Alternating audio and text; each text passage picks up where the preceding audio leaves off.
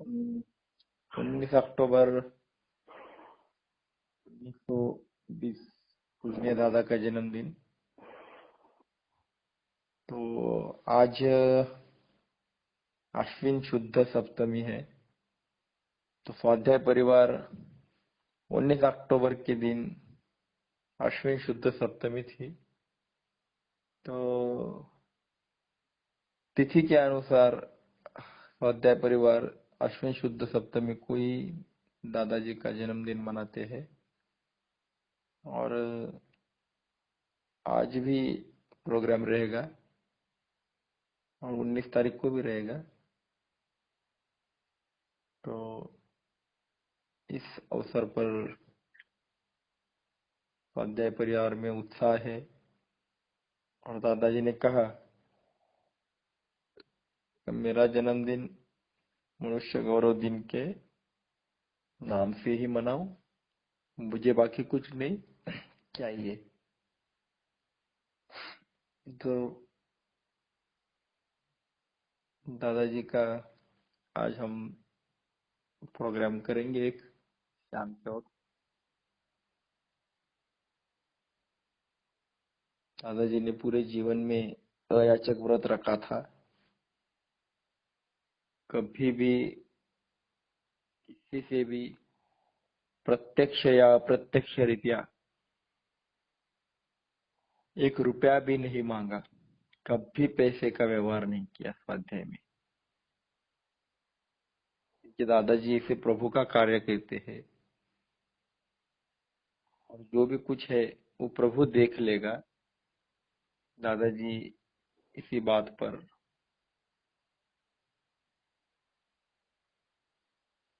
अनन्यश्चिंत थे, मतलब पूरी श्रद्धा थी।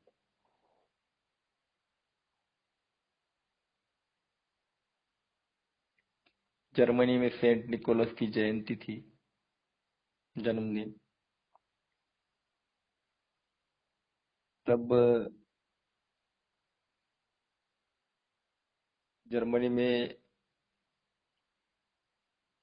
लोगों ने तय किया कि गेस्ट किसे बुलाया जाए जयंती के दिन। जैसा हमारे भारत में हम राम को मानते हैं, कृष्ण को मानते हैं, वैसा वह सेंट निकोलस को मानते हैं। बड़ा नाम है उनका।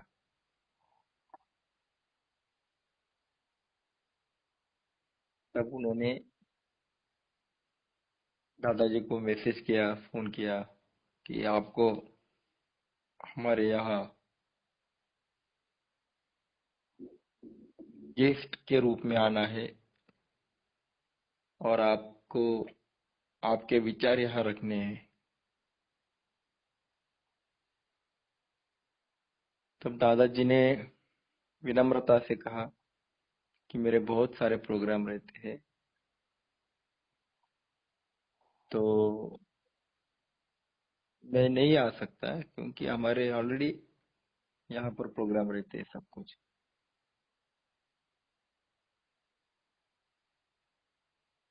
तो उन्होंने कहा आपको जब तारीख आप देंगे हम उस दिन प्रोग्राम करेंगे हमारा, पर आपको ही आना है।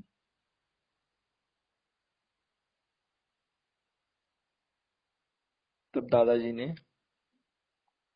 3-4 महीने की बाद की तारीख दे दी। तो उन्होंने एक्सेप्ट कर लिया। अब यह आसान बात नहीं है कि वो लोगों ने दादाजी के लिए 3-4 महीने आगे कार्यक्रम धकल दिया।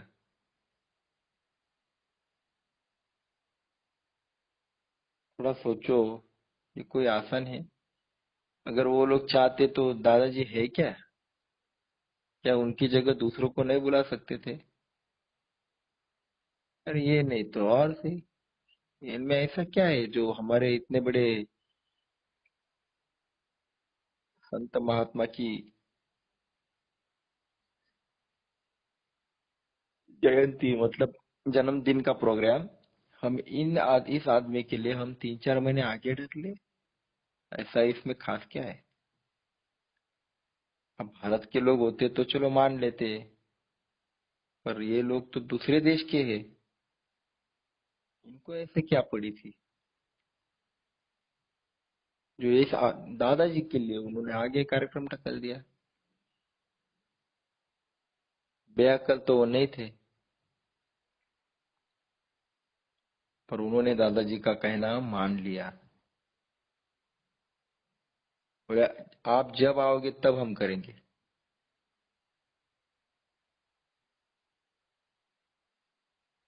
और 3 से 4 महीने के बाद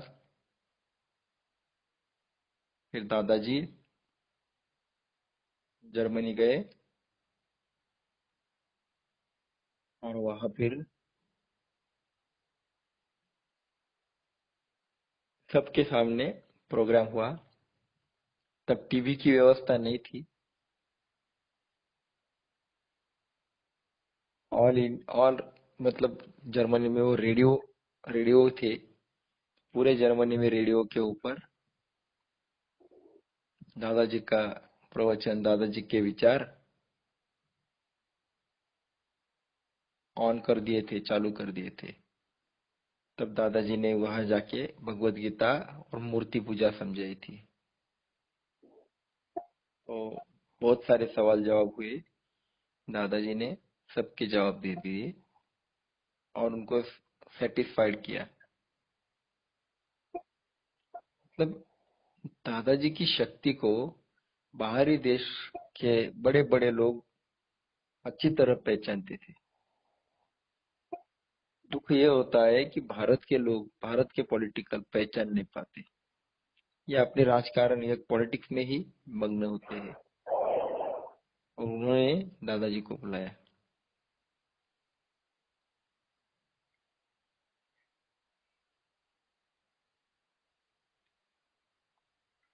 जब यहाँ नांदेड़ की भक्ति फेरी हुई थी, तो गुरु मतलब सिख जो लोग होते हैं, उनमें और हिंदुओं हिंदुओं में कुछ झगड़े हुए थे बीच में। तो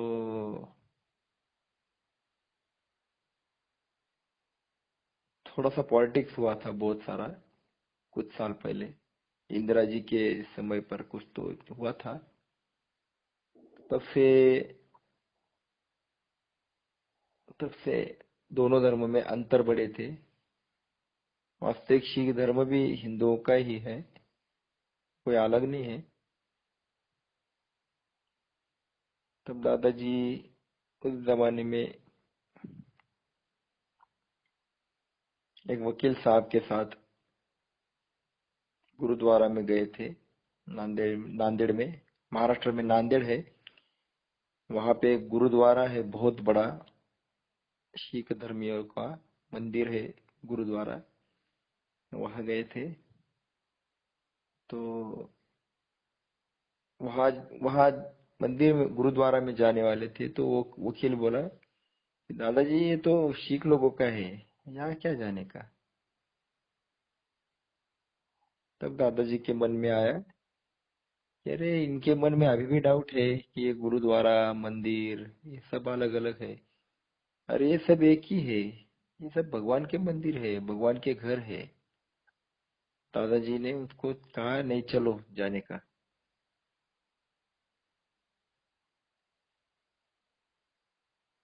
तब दादाजी गुरुद्वारा में गए, वहां माथा टेका, और गुरु गोविंद सिंह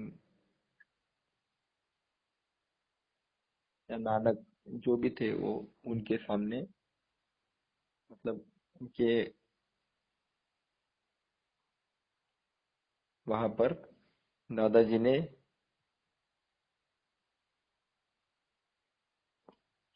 एक शब्द दिया भगवान को कि भगवान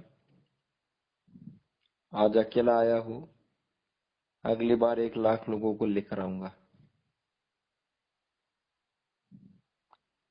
और कुछ ही साल में दादाजी ने नांदेड़ में भक्ति फेरी का आयोजन किया। तो भक्ति फेरी क्या होती है कि हम स्वाध्याय परिवार के लोग 6 दिन का, पहले 8-10 दिन थी, 6 दिन का सब रहने का, खाने का, पीने का सामान घर से बांध कर वहां पर जाते हैं।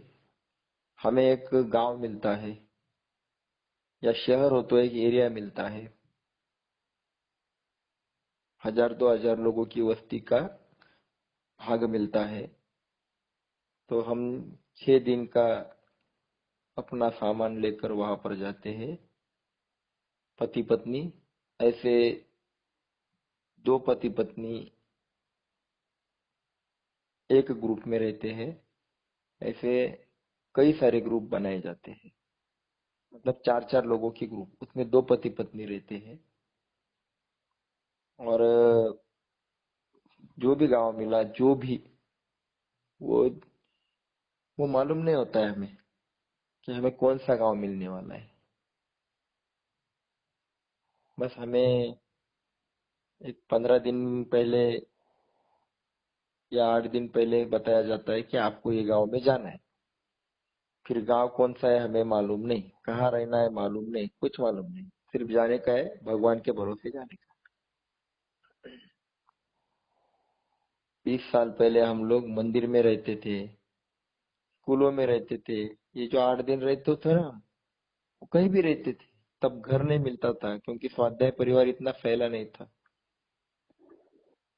1-2 परिवार को तो शमशान में भी रहने की बारी आ गई। गांव वालों ने जगह ही नहीं दी थी। उनको लगा ये कौन लोग, ये चोर लोग, ये निकाल दिया था। उनको शमशान में रहने की बारी आई तो भी वो डरे नहीं, बोले यहाँ रहेंगे पर भगवान तेरा काम करेंगे। ये कहते हैं बदलाव, ये दादाजी ने करके दिखाया है। तो हम लोग फिर नांदेड़ में भक्ति फेरी में गए थे। तो 1 लाख लोगों ने नाम दिया था। जो दादाजी ने भगवान से बोला था ना, मैं 1 लाख लोगों को लेकर आऊंगा और तेरा काम यहाँ पर करूंगा। 1 लाख स्वाध्यायियों ने भक्ति फेरी की। 6 दिन वहां पर घर घर में गए। जिसको जो गांव मिला वो उस गांव में घर घर में गया। अध्याय का, भगवान का, विचारों का, त्रिकाल संध्या, सब ये सब घर घर में लेकर गए। और फिर 7वें दिन प्रोग्राम हुआ। तो 12 लाख लोग नांदेड़ में आए थे प्रोग्राम के लिए। 12 लाख लोगों का प्रोग्राम हुआ। तो उस समय सिख लोगों ने, सरदार लोगों ने दादाजी का बहुत बड़ा सम्मान किया था, क्योंकि दादाजी के प्रोग्राम की वजह से सिख समुदाय और हिंदू समुदाय का जो अंतर था वो कम हो गया, आपस में प्यार मिला, भाईचारा बढ़ गया। तो उन्होंने दादाजी का कुछ खास तरीके से सम्मान किया, जो वो किसी का नहीं करते हैं। ऐसा सम्मान दादाजी का किया। जब दादाजी, ताई जी, दीदी जी वहां पे आई गुरुद्वारा में, तो भारत का पंतप्रधान भी अगर वहां आता है तो वो जो गुरुद्वारा का कुछ भाग ऐसा है जहाँ पर बैठने के लिए कुर्सी वगैरह कुछ नहीं दी जाती, क्योंकि वो बहुत सम्मान करते हैं अपने भगवान का। वहां पर किसी को बिठाने के लिए जगह नहीं देते। जो भी बैठना है नीचे बैठने का, अगर बैठना है तो कुर्सी नहीं मिलेगी। कितना भी बड़ा, कितना भी महान आदमी आ जाए, वो अपना नियम नहीं तोड़ते हैं। पर दादाजी के लिए उन्होंने सोफा सेट लाया। कुर्सी की क्या बात है, सोफा सेट लाया। और दादाजी, ताई जी, दीदी जी, वो सब वहां पर उन्होंने उनको बैठने को कहा। सालों से चला आया हुआ नियम उन्होंने तोड़ दिया। दादाजी को वहां पर बैठने को कहा। पहली बात तो यह है कि वहां पर पंच प्यारे नाम के जो लोग रहते हैं, जो गुरुद्वारा में रहते हैं, वो बहुत सेवा करते हैं दिन रात वहां गुरुद्वारा में। वो लोग कभी गुरुद्वारा के बाहर नहीं जाते हैं, किसी को भी आमंत्रण किए हुए व्यक्ति को लेने नहीं जाते हैं। पहली बार ऐसा हुआ कि वो पंच प्यारे वो दादाजी को लेने को गए, गुरुद्वारा के बाहर लेने को गए और दादाजी को सम्मान से लेकर आए। ये भी उन्होंने नियम तोड़ दिया, केवल दादाजी के लिए। तीसरी बात, उनके यहाँ एक घोड़ा होता है, उसको भगवान का स्पेशल घोड़ा कहते हैं।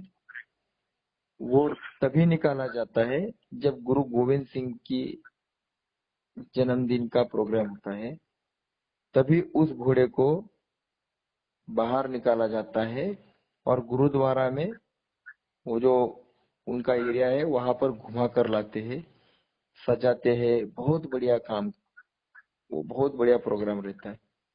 कोई भी आए, कितना भी बड़ा व्यक्ति आए, उस घोड़े को कभी भी निकाला नहीं जाता है। केवल गुरु, क्योंकि वो गुरु गोविंद सिंह का घोड़े का वंशज माना गया है, वो कभी निकाला नहीं जाता है। उसका सम्मान है उतना। उसी दिन गुरु गोविंद सिंह के जन्मदिन पे निकाला जाता है, बीच में कभी भी नहीं।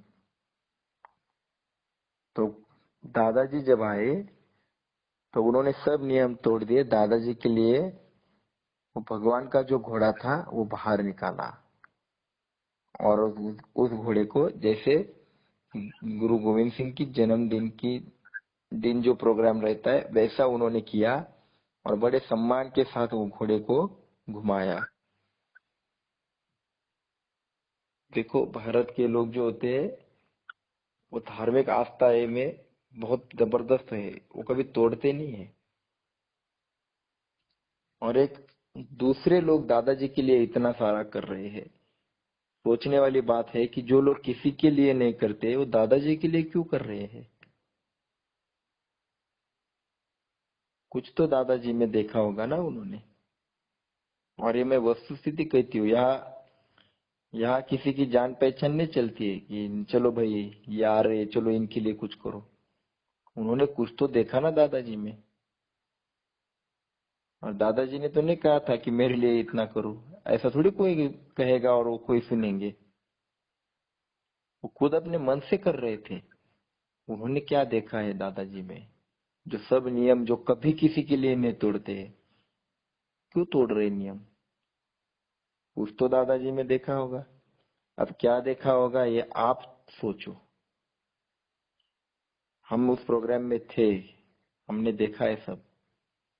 उसके बाद वो जो गुरुद्वारा रहता है तो उसके अंदर केवल भगवान की वाणी को सुनाया जाता है।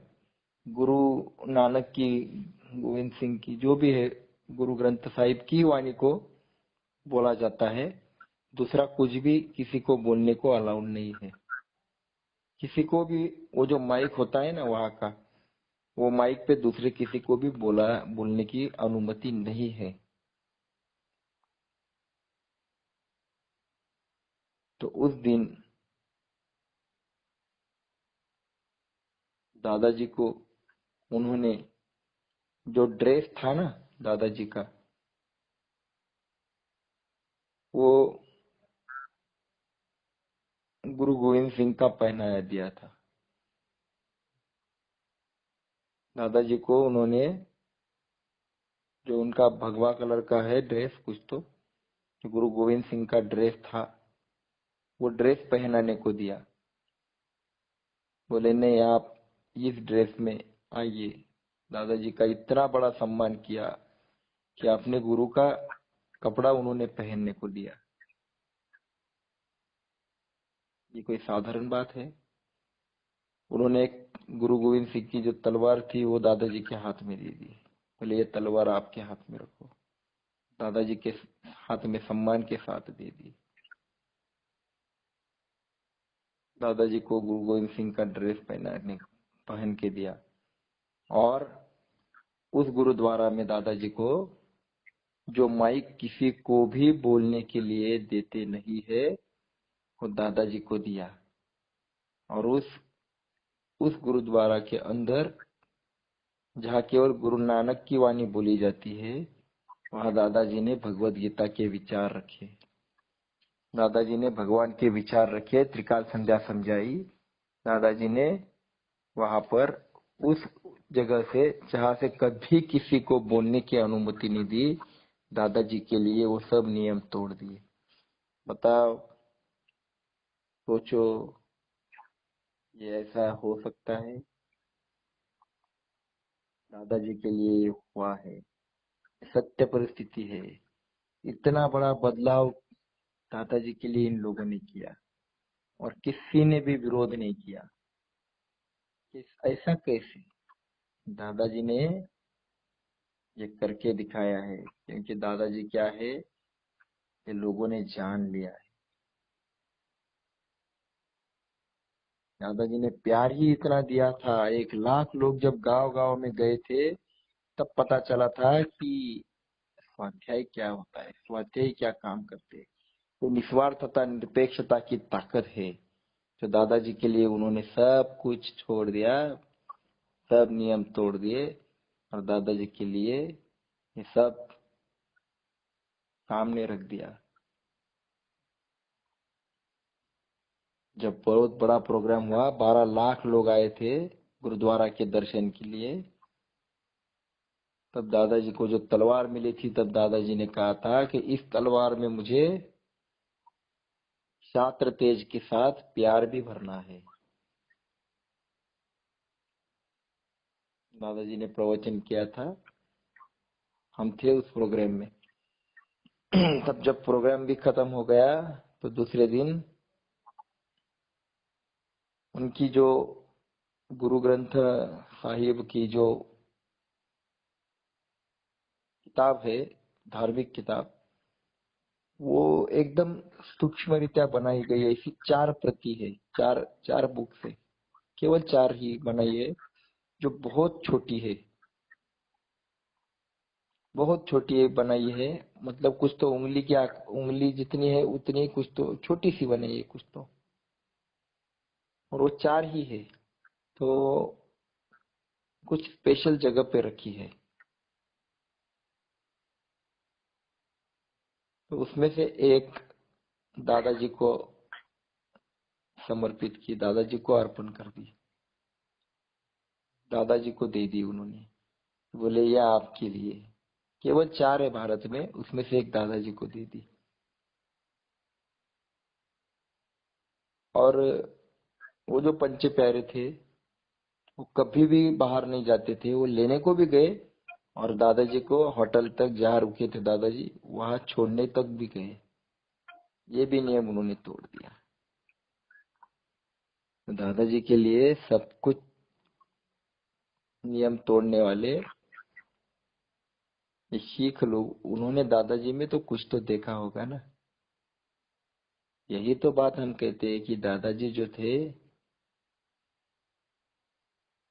वो तो भगवान ने भेजे हुए ही महापुरुष थे, जिन्होंने ये करके दिखाया। मानव का, धर्म का अंतर, धर्म धर्म का अंतर दादाजी ने कम किया। दादाजी ने धर्म बदल नहीं किया, मानव को बदला। तेरे अंदर भगवान है और उस भगवान का शुक्रिया अदा करने के लिए तुझे कुछ करना है। दादाजी ने करके दिखाया और करा के लिया। इसलिए दादाजी बहुत महान है। प्रवचन देना अलग बात है और लाखों लोगों से काम करा कर लेना ये अलग बात है। जहाँ स्वार्थ होता है वहां लोग दौड़ के आते हैं, पर जहाँ स्वार्थ कुछ भी नहीं हो, उल्टा खुद के जेब से समय निकालना है, पैसा निकालना है, और जहाँ कुछ मिलने वाला नहीं है, शायद अपमान भी सहन करना पड़ेगा, दुख उठाना पड़ेगा, और फिर भी काम करना पड़ेगा, ऐसी जगह काम करके दिखाना, लोगों से करा लेना, ये क्या आसान बात है? अरे एक आदमी खड़ा करके दिखाओ तो आपको मान गए हम। किसी एक आदमी को कहो कि तुझे भगवान के काम के लिए घर से निकलना है, वो एक आध दो दिन निकलेगा, बाद में कहेगा क्या पागल हो गए क्या पूरी जिंदगी भर काम करने का? ये अपने से नहीं होगा। देखो कितने लोग मानते हैं। एक आदमी को खड़ा करके दिखाओ भगवान के काम के लिए, तो दादाजी को समझ पाओगे। दादाजी को पढ़कर सुनकर कभी समझ नहीं पाओगे आप। किसी एक आदमी को सिर्फ कहो कि तुझे हमारे साथ भगवान का काम करना है, करोगे? देखो उसकी प्रतिक्रिया क्या रहती है। तो कैसे दादाजी ने लाखों लोगों को खड़ा किया है। आज कैसे दादाजी के एक शब्द पर, दादाजी के एक बोलने पर लाखों लोग तैयार हो जाते हैं सब कुछ छोड़ने के लिए। हम हम हम खुद आज बोल रहे हैं ना कि कभी भी हमको बुलावा आ जाए, हम कहीं भी दौड़ने के लिए चले चले जाएंगे, फतेह के काम के लिए सब कुछ छोड़कर चले जाएंगे। ये कैसे बदलाव किया दादाजी ने, ये खून में कैसे उतारा। भाई तुझे भगवान का काम करना है, बस करना है। उस वक्त सब कुछ भूल जाना है, मैं मेरा सब छोड़कर, जो भी गांव मिला, जो भी आदमी तेरे साथ है, वो भगवान ने दिया है, समझ ले और निकल जा। एक इशारे पर लाखों लोग कैसे जाते हैं, समझ में नहीं आता। इकट्ठा होना अलग बात है। कहीं भी कोई भी आदमी प्रोग्राम करता है तो हजारों लाखों लोग इकट्ठा हो सकते हैं। भीड़ इकट्ठा करना कोई बड़ी बात नहीं है, वो तो कोई भी इकट्ठा कर लेता है। वो तो कोई हीरो हीरोइन भी आ गए तो भी हजारों लोग खड़े हो जाते हैं देखने के लिए। ये भीड़ क्या काम की? दादाजी कहते हैं हमें भीड़ नहीं इकट्ठा करनी, हमें परिवार खड़ा करना है, जो एक विचारों का होगा, काम करने वाला होगा। और वो मीडिया नहीं खड़ा कर सकती है, वो हम घर घर जाकर ही कर सकते हैं। तो लाखों लोगों को बदल कर लाखों लोगों को काम पर लगाना, ये क्या साधारण बात है?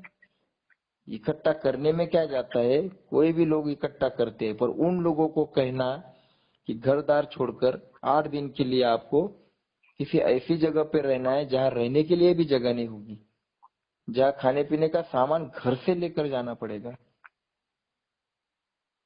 फिर वो स्टोव होगा, भोजन पकाने के लिए जो स्टोव रहता है ना, चूल्हा, वो भी घर से लेके जाना है। टॉयलेट के लिए जाना होता है तो डिब्बा भी जो घर का होता है वो घर से लेके जाना पड़ता है। वो बाल्टी रहती है ना, स्नान करने के लिए बाल्टी, खाने पीने के डिब्बे, बर्तन, ये पूरा संसार लेके तुझे 8 दिन वहां रहना है, दुख को उठाना है। अरे बोलना आसान है, करके देखो, हिम्मत है तो। आज लाखों लोग जा रहे हैं। ये बदलाव आज तक पूरी दुनिया में किसी ने करके नहीं दिखाया है, जो दादाजी ने करके दिखाया है। इसलिए दादाजी को समझना, ये कोई सुनने के और पढ़कर नहीं होने वाला, ये जी कर देखना पड़ेगा। कैसे दादाजी ने करके दिखाया है। घर से बाहर, अरे 1 घंटा निकालते हैं हम तो भी मुश्किल हो जाता है, 8 दिन कैसे निकालते हैं स्वाध्यायी लोग। और मैंने भी आज तक बहुत बार, कम से कम 30 से 35 बार मैं ज्यादा भक्ति फेरी की है मैंने खुद। हम लोग गए हैं, 8 8 10 10 दिन पहले रहते थे हम गांव में। सवेरे उठने के बाद हम क्या करते थे, तो पूरे गांव को एक फेरी मारते थे, जो गांव था ना वहां पे। तो भगवत गीता के अध्याय, श्लोक, अष्टक, भावगीत, ये सब गुनगुनाकर हम लोग दो दो लोगों की लाइन से ऐसा पूरे गांव को 5 बजे फेरी मारते थे, और भगवान के विचारों को गुंजन करते। तब लोगों को पता चलता कोई तो अलग लोग आए हैं। फिर स्नान वगैरह सब पूजा पाठ करके 7 या 8 बजे घर से बाहर निकलते थे और 12, 2 या 1 बजे तक हर घर में गांव के घर में जाते थे और भगवान का विचार देते थे। कोई बुलाता था, कोई बिठाता था, कोई दरवाजा बंद करता था, निकाल देता था, हमें कोई फर्क नहीं पड़ता था। हम मान अपमान भूल कर भगवान का काम करते थे। फिर 2 बजे आकर खाना खा लेते थे, 3, 4 बजे तक विश्राम, या फिर सोते नहीं थे। भगवान के बारे में, दादाजी के बारे में चर्चा, मजा करते थे, एक दूसरे से गप्पा करते थे और फिर 4 बजे 4:30 बजे निकलते थे। शाम के 8 बजे तक घूम फिरी करते थे। ऐसा रोज 8 दिन करना उस गांव में, जितना हो सके उतना करना। ऐसा काम हम 8 दिन, 6 दिन, 10 दिन ऐसा करते थे और आज भी ऐसा करते हैं। जब भी स्वाध्याय परिवार से आता है कि भक्ति फेरी में जाना है तो हम सब कुछ छोड़कर निकल जाते हैं। यहाँ तक कि मोबाइल भी नहीं लेके जाते, सब छोड़कर जाते हैं। अरे सब छोड़कर भगवान का काम करने की मस्ती बहुत अलग रहती है। जो करता है ना वो दूसरी बार जाता ही है, वो बोलता है नहीं मुझे जाने का ही है, क्योंकि उस वक्त सच में भगवान मेरे साथ है इसका अनुभव आता है और भगवान मुझे संभाल रहा है, मेरा जीवन चला रहा है इसका अनुभव आता है और भगवान को देखने की नजर निर्माण हो जाती है। इसलिए दादाजी कहते हैं अरे 8 दिन जाकर दिखाओ, करके देखो, फिर आपको समझ में आएगा कि भगवान कितने पास है, उसको देखना कितना आसान है। और ये हम महसूस करते हैं। इसलिए जब भी कभी स्वाध्याय की भक्ति फेरी का सब विषय आता है हम लोग तुरंत तैयार हो जाते हैं। हम लोग मतलब लाखों लोग तैयार हो जाते हैं कि हमको जाना है, बस जाना है। कुछ लोग तो ऐसे हैं कि जिनको अपना बॉस छुट्टी नहीं दे रहा था, गवर्नमेंट ऑफिसर, तब उन्होंने कहा ये मेरा राजीनामा ले लो, चलो मैं नौकरी पे ही नहीं आऊंगा अगर आप छुट्टी नहीं दे रहे। वो लिख के देता था ये रखो, मैं जा रहा हूँ भक्ति फेरी में। और आश्चर्य की बात है, भक्ति फेरी में जाकर आने के बाद उसको ड्यूटी पर वापस बुलाया है, राजीनामा लिया नहीं उसका। अरे भगवान के ऊपर छोड़कर तो देखो, कुछ नहीं बिगड़ता है। क्या होगा, 6 दिन धंधा बंद हो जाएगा, होने दो। 6 दिन के बाद देखो भगवान कितना देता है। ये भरोसा दादाजी ने खड़ा किया कि अरे तू किसके लिए जा रहा है, तू जिसके लिए जा रहा है, जिसके लिए समय दे रहा है वो तेरे लिए समय देगा। तू जो भगवान को दे रहा है भगवान कई गुना तुझे देगा, तू क्यों चिंता करता है। दादाजी ने ये सोच खड़ी की और दादाजी ने भगवान के ऊपर का प्यार बढ़ाया और करके दिखाया। आज लाखों लोग कर रहे हैं। दादाजी के एक शब्द पर लाखों लोग सब कुछ न्यौछावर कर देते हैं। दादाजी सिर्फ आप कहो, जो भी कहोगे हम अपनी जान तक निकाल कर दे देंगे आपको, आप कहो सिर्फ क्या चाहिए। दादाजी कहते हैं केवल भगवान का काम करो, खुद का जीवन विकास करो, भगवान के और आपके बीच का अंतर कम करो, बस मुझे और क्या चाहिए। और यही दादाजी ने आत्म गौरव और पर सम्मान खड़ा किया। इसको ही मनुष्य गौरव दिन कहते हैं। दादाजी का जन्मदिन ये मनुष्य का गौरव है। दादाजी ने ये सब इंसान के अंदर खड़ा किया। तो आज दादाजी का हम जन्मदिन मनाते हैं। ये तिथि के अनुसार अश्विन शुद्ध सप्तमी और तारीख के अनुसार 19 अक्टूबर। तो आज भी पूरी दुनिया में जो स्वाध्यायी परिवार के लोग हैं वो अपने केंद्र में प्रोग्राम करेंगे और 19 तारीख को भी बड़ा प्रोग्राम होगा। तो आज के दिन हम यहीं पर रुक जाते हैं, दादाजी को वंदन करते हैं और दादाजी को कहते हैं कि दादाजी हमें शक्ति दे दो, भगवान के काम करने की शक्ति दे दो, त्रिकाल संध्या जीवन में लाने की शक्ति दे दो। हम भी गांव गांव में घर घर में जाएंगे तो भगवान हमें शक्ति दे दे। तो आज यहाँ रुक जाते हैं। जय योगेश्वर। जय योगेश्वर, जय योगेश्वर।